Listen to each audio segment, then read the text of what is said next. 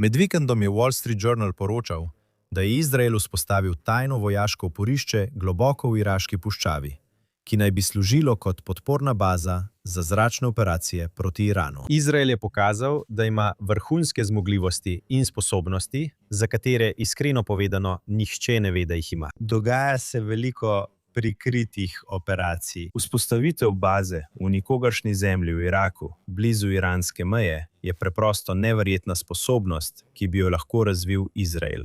Zdaj je Iran popolnoma destabiliziral sam Irak. V Iraku deluje Kataib Hezbollah. Bili so trenutki med to vojno, ko so bile rakete izstreljene na Izrael iz Iraka. Možno je tudi, da je Izrael izvajal nekatere omejene vojaške operacije znotraj Iraka. Izrael bi lahko potreboval kraj blizu iranske meje za specialne enote. Lahko se zgodi, da bo treba hitro vstopiti na kraj, kjer je obogaten uran. Predsednik je govoril o poskusu tihotapljanja orožja v Iran.